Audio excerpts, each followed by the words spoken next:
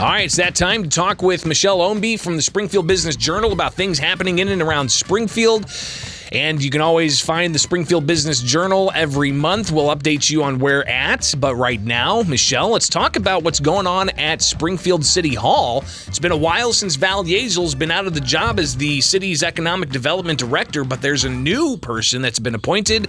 Tell us about who's new at City Hall.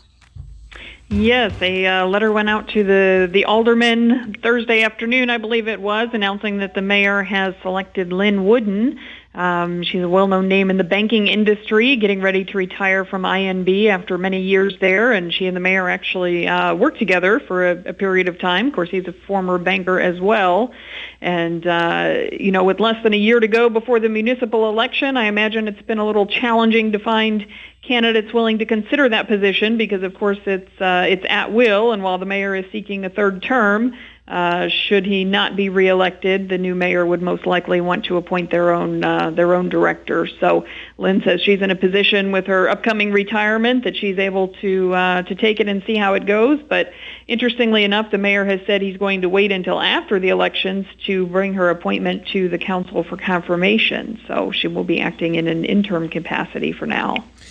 We're talking with Michelle Ownbey, publisher of the Springfield Business Journal, about happenings in and around the Springfield business community. So we'll be watching Lynn and how she brings about economic development issues in Springfield and how it's going to spur on even more economic activity.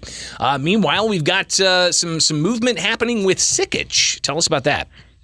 Yes, they are getting ready to move into new office space as of August 1st. And, I think this is probably going to be a trend that we'll start to see coming out of COVID.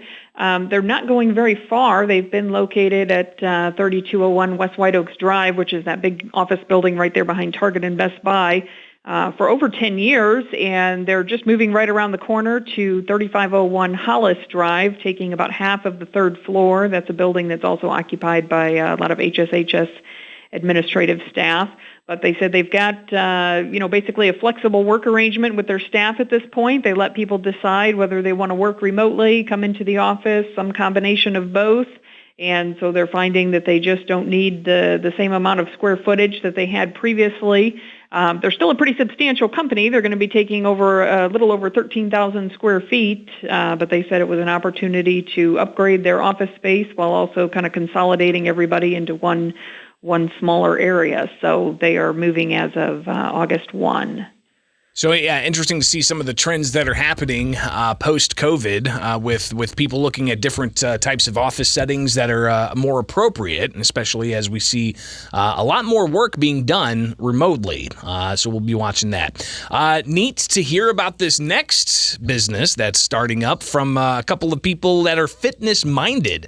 Tell us about Shake This and Eat That. Yes, this was a pretty logical expansion. David and Tiffany Simmons own 4 different Snap Fitness franchises, and the first one that they purchased about 4 years ago is the one there on Toronto Road in the little plaza.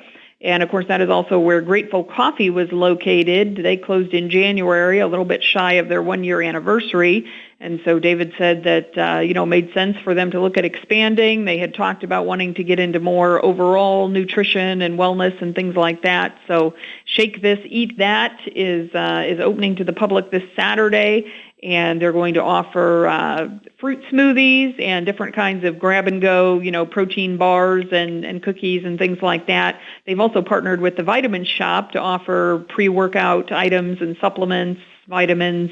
David pointed out all 3 of the major vitamin and supplement stores in Springfield are located on the far west side, which is not particularly convenient for folks over in the Toronto Road area at the south end of town. So he thinks it will be a good opportunity to offer something that's missing in that area. Plus, it's in the same plaza as their one of their Snap Fitness locations.